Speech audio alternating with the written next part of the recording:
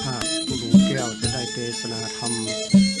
ซึ่งมาในมหาปาตานสูตร6 ท่อน 6ที่คานิกายต่อไปครับนะโมตัสสะภะคะวะโตอะระหะโตสัมมาสัมพุทธัสสะกาลิสะแห่งคนอ่านท่านผู้อื่นหากเอาลูกและเอาลูกและเอานอนะอันเป็นผู้รักษาป้อนเขาและอาบน้ำผู้นั้นเนสุทาวาสามหาภามาพามตั้งหลายหากแสมแดงหือปากุฏที่สวกันว่าราชกุมารหันแล้วก็ทำซึ่งมหาสารถีในลดว่าสามาดูลาเพียนอายังผู้ลิโสใจผู้นี้กิ่งกะโกกะตำดังเลือนั้นอาคิปิแม่นว่าตาดังสองแห่งใจผู้นั้นก็เรียกก็พื้นนาโมเลียมบ่ใสเป็นดังตาแห่งคนตั้งหลายผู้อื่นสโลภิแม้นว่าเสียงแห่งใจผู้นั้นก็หากาศสันละสายบ่ปูนพังบ่เป็นอันดังเสียงแห่งคนตั้งหลายอื่นจะแลสารถีก็พาลบหวยว่าดังนี้แต่ว่าข้าแห่งสมุทิเทวาเป็นเจ้าเอโสปุริโสอันว่าใจผู้นั้นเปียทิโลนามะชื่อว่าเป็นคนเปียทิสมาดูลาสาลทีอันเป็นโคนะเปียทินั้นแม่นดังลือก็ดียังเชักออกจากเปียทิยังดีมากว่ายังเชักมีเปียทิลำงับบอดจะลือสัมมามาดูลาสาลทีอาหังปิแม้นว่าท่านพระองค์เราก็ดียังเชักเป็นเปียทิสนันบ่อาบความคำได้อยากเปียทิได้อันจะลือเทวาเดสมุติเทวาเป็นเจ้าตั้งว่าพระองค์ตนมหาราชเป็นเจ้าก็ดีมันยังจะผู้ข้าตั้งหลายทั้งมวลก็ดีก็มีสภาวะเป็นเปียทิจูคนปุกาละผู้ใดผู้หนึ่งป่วยจากพ้นจากเปียทิธรรมโมดังนั้นบ่มีสักคนนะสมาดูกาลาสารถีเจ้านาหิพิและมีดังอันในวันนี้เราก็บอกวนเพียไปยังส่วนอุญานะท่านจริงเหอลดกับเมื่อสุรัตยามนเตียนแห่งเราแนเตเอวังเทวติเขละภิกขเวโดลาภิกขุทั้งหลายสารถีรับเอาอาการแห่งวิปัสสีลาจากกุมารก่อนว่าเอวังเทวะดังนี้แล้วก็ขับรถขึ้นมาสู่นัจจมนเตียนะตาโตสุตังภิกขเวดูลาภิกขุทั้งหลายวิปัสสีลาจากกุมารเมียลอดจากภาษาแห่งตนแล้วสละเสียยังหมู่นางทั้งหลายและเต้าแต่พระองค์เดียวเข้าไปห้องไปในนั่งอยู่ที่นอนอันมีสลีและลำเปิงหอละไทยใจดังนั้นโยญาจะดีญาในเมื่อจะทำอันใดแล้วมีดังอันจะลาก็ดีพญาพิธรรมก็ดีดังเลือป่วยพระโกนะมีแก่ผู้ใดเกิดนั้นจะสาราเทียนว่าจะลาจาติทำตัวนั้นจีวัตะเปิงว่าแต่ละจีนะที่กุศลเปิงอาเกียรติแต่ละจะลาโตขีญาณเปิงบังเกิดเป็นสุขเกษมแท้วิปัสสีลาจกุมานะก็ลำเปิงโดยังมุนคือเหตุจัดสันนี้แล้วทุกกะตนประกอบไปโดยเจตสิกทุกธรรมโนอันไว้ใจนักก็ซบเศร้าเงาอยู่เนื้อเหมือนดังใจผู้หนึ่งถูกปืนปิดเล่มทวนหนึ่งและสามาเสียบแทงหูเจ็บปวดยิ่งนักและอาทาโคฟิคาเว ดูลาภิกขุทั้งหลายในกาลนั้นพญาปันทุได้ยินประวัติข่าวสารว่าวิปัสสีลาจะบุตรไปสู่ส่วนอุตตญาณไปหลอดไปถึงแวกหนทางกลับขึ้นมาว่าอันมาโนเปตวาอาทะโกสาเปตวันก็เรียกหามายังสาลัทธีก็ถามดูด้วยคำว่าสมะดูลาสาลัทธีเจ้าลาจะโอรสแห่งเรายังสนุกจนชื่นยินดีในส่วนอุทยานอันจะเลอโคเทวะข้าแด่สมุติเทวะเป็นเจ้าบ่มีอาภิลมจมชื่นในส่วนอุทยานกิปนังสมะโดลาสาลัทธีเมื่อเจ้าลาจะโอรสแห่งเราไปสู่ส่วนอุทยานสนานป่วยหันยังอโลมาเยี่ยงใดจะเทวะคาเนมาหาราชะเป็นเจ้าราชะกุมารไปในลาแวกหนทางก็หันยังใจผู้หนึ่งมีเปียทีลำบากมากนางเศร้านอนก้มเก่าด้วยมูดและกาลิสะแห่งตนหากจักลุกจักนอนโดยตนบ่ได้ท่านผู้อื่นเอาลูกจริงลูกใดท่านผู้อื่นเอานอนจริงนอนได้เต้าข้างอยู่โอ้ยโอ้ยเทดีดีสารทีไว้พญาดังนี้แล้วนะจะกุมารก็ทำซึ่งตนด้วยตาถอยกรรมอย่างใดตนผู้เก่าแก่ด้วยภาการสันใดสารทีของเก่ายังกาถาจินจาตั้งมวลพุงนาแก่พญาปันทุมาติลาดอาเธในกาละเมื่อนั้นกำตะลิลำเพิงในลาดจะหอละไทยเกิดมีแก่พญาปันทุมาติลาด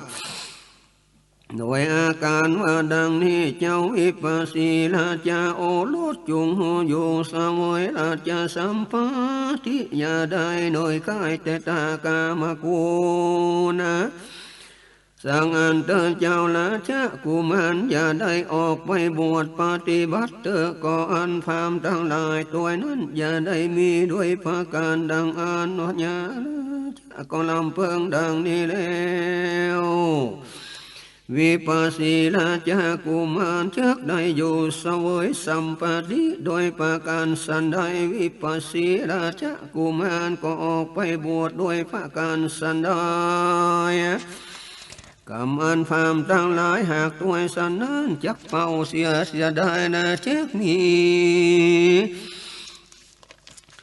ปินแปรหาภาการสันใดพญาปันทุบ่ซ้ำหูแต่งแปลงยังหมู่นางตั้งหลายแถมมากหลายยิ่งนักกว่าพามานอันเก่าก็หือบำเลอปาถากยังวิปัสสีราชกุมารตาโสตาโตสุตังภิกขเวดุลาภิกขุตั้งหลายวิปัสสีราชกุมารบวรมวลด้วยอุปาทามกุลตั้งหลายพลิจาสาเลเสลีข้อเสวยสีเลสัมปติตามอันมากเพื่องใจแห่งตนในราชมนเตียนตีนั่นอัฐาโขภิกขเวในกาลเมื่อเสียงสังร้อยปีพันปีตั้งหลายมากนักมีดังอันวิปัสสี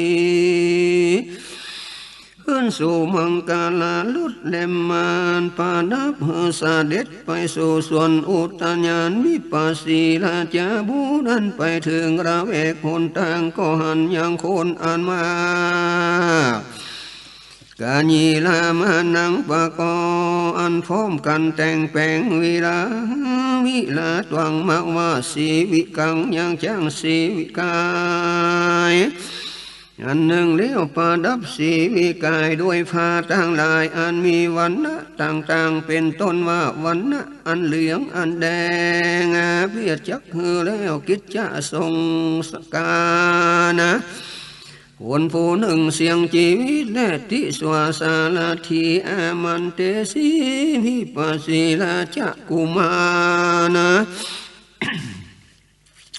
ก็เจียนจาซึ่งสาลัทธีว่าดังนี้สมะโดลาสาลัทธีโสมหาราชนะกาโยหมู่คนทั้งหลาย มากนักสนานาพร้อมกันแต่งแปลงประดับยังจางสีวิกายด้วยผ้าอันย่อมมีวันนะต่างๆดังเลือจาเอโสปุริโสใจผู้นานะกาลากาโตนามะชื่อว่าฮือเลี้ยวยังกาละมักว่าใจผู้นั้นเปิงมีปีวิตเป็นไปสิ่งสินกาละพามานเท่านั้นแล้วก็เสียงชีวิตตายไปโสมหาลาจากาโยหมู่คนอันมากนักประกอบกันเพียหางดายังกิจจะอันทรงสกานะผู้ตายดูแลสารทีเนเตนะมีและมีดังอันยายผู้นั้นมีในที่ใดท่านจงหือลดเล่มนั้นไปในที่นั้นแด่เตสารทีรับเอากรรมสารทีกุมารเอวังเตวะดังนี้ใจผู้ตายมีในที่ใดคนขับรถก็ไปสู่ณที่นั้นอาจารย์โคดูลาภิกขุทั้งหลายวิปัสสีลาจะกุมารเล็งหันยังใจผู้ตายแล้วก็ทำซึ่งสารทีว่าดูลาสารทีอันว่าปุริโสใจผู้นั้นกาละกาโตอันตายเลี้ยวดังอันเหลือช้าสารทีจึงกล่าวว่าข้าเดมหาลาเจ้าเยโสปุริโสใจผู้นั้นกาละกาโตอันกาตามกาละตายไปดังนี้มาตาวาแม่ดิลีปิตามาวาพ่อก็ดีญาติวงศาพุงอื่นก็ดีอยากได้หันใจผู้นั้นในกาลบันนี้โสปิใจผู้นั้นก็บ่ได้หันพ่อแม่ญาติกาวงศาดุลาสาลาทีอามพิแม่นว่าตนพระองค์เราก็ดีมาลานะธรรมโมคือมาลานะธรรมเป็นสาภาวะดังลือมาลานางอนาติโตคนเราบ่ล่วงข้ามยังนะดังลือโปโลภาลาจะปิตาแห่งเราตนเป็นสมุเทเทวะก็ดีเทวีพานางลาจะมันดาผู้เป็นเทวีก็ดีญาติวงศากาวมานี่ก็ดีบ่ได้ชักอันยังองค์เราห้ามพี่แม่นว่าเราก็ดีก็บ่ชักได้หันยังสมุติเทวราชเจ้าคือว่าพ่อและแม่แห่งเราจักได้ไปยังญาติกาวงศาทั้งหลายผู้อื่นก็ว่านั้นอัญจาสารถีไวลาจะกุมารเทวาคาเดมหาลาจะเป็นเจ้าตั้งยาส่วนพระองค์มหาราชเป็นเจ้าก็ดีมายังจ้าผู้ข้าทั้งหลายทั้งมวลก็ดีมาลานะธรรมโมบอกก็มีมาลานะเป็นสาภาวะมาลานะอานาติตาบอกคำล่วงมักว่าพ้นจากมาลานะธรรมในสกลพระราชปิตาพระราชมันดามหาราชเป็นเจ้าญาติทั้งหลายพุงเก่ามานี้ก็บ่ได้หันมหาราชเจ้ากังปิเมนว่ามหาราชเจ้าก็ดีก็บ่จักได้หันพระราชมันดาญาติกาทั้งหลายดูแลสารทีเตนะหิฟุยฟูพิและมีดังอันเล่าก็ควรเพิ่งไปสู่ส่วนอุทยานในวันนี้แล้วท่านจงเฮลาจะลดกับคืนเมียแต่ทีนี้เมียโซลาจามุนเตียนแห่งเราแดดเตยวังเทวะดังนี้แหละก็เฮลาจาลดขับขึ้นมาและนาตาตลาสุตาภิกขเวดูลาภิกขุดังลายวิปัสสีราชากุมารเมื่อสุราชามนเทียนแห่งตนแล้วสละและเสียยังหมู่นางทั้งหลายแต่พระองค์เดียวก็เข้าไปสู่ห้องไปในแล้วก็นั่งอยู่เหนือที่นอนอันมีสรีสุดสดีลำเพิงด้วยอาการว่าดังนี้ญาตาดีนามักวาญา หาจาติญาในจาติธรรมเนี่ยก็มีดังอันธรรมสามอันเกิดสลาและเปียติธรรมมาลานะธรรมดังลือพระโคตแก่ผู้กาลาผู้เกิดมาสุดูกาลาเปิ้นสาหาจาติธรรมโมตัวนั้นปีลาทุเปิงมีแต่แลวิปัสสีลำเปิงแล้วก็บังเกิดทุกข์โตมานัสน้อยใจเต่าทุกเศร้าอยู่เป็นดังใจผู้หนึ่งเอาปืนพิษอันทนสามมาเสียบแทงหัวใจเท่แลถ้าโคดูละพี่โคสังลายปันทุมหาราชาพญาปันทุได้ยินประวัติข่าวสารวิปัสสีราชาโอรสไปสู่สวนอุทยานไปโลดกลับขึ้นมาดังอันก็เรียกนายสาลัทธีถามดู